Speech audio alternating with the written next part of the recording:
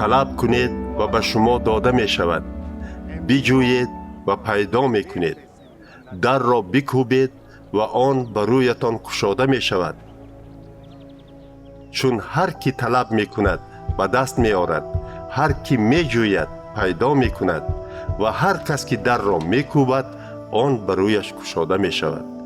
آیا در بین شما پدری هست که اگر پسرش نان طلب کند به وی سنگ دهد؟ یا اگر ماهی طلب کند به وی مار دهد؟ اگر شما با وجود دلسیاهیتان به فرزندان خود دادن چیز خوب را دانید، چقدر پدر آسمانی شما تیار است که چیزهای خوب را به آنهای دهد که از او می طلبند.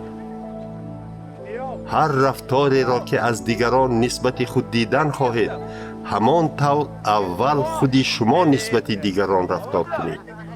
زیرا اساس شریعت موسی و گفته های پیغمبران در همین است.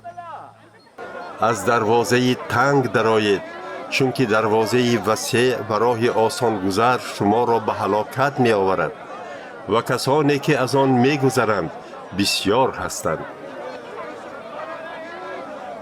لیکن به حیات ابدی شما را دروازه بساط تنگ و راه مشکل گذر می آورد و کم کسان آن را می یابند.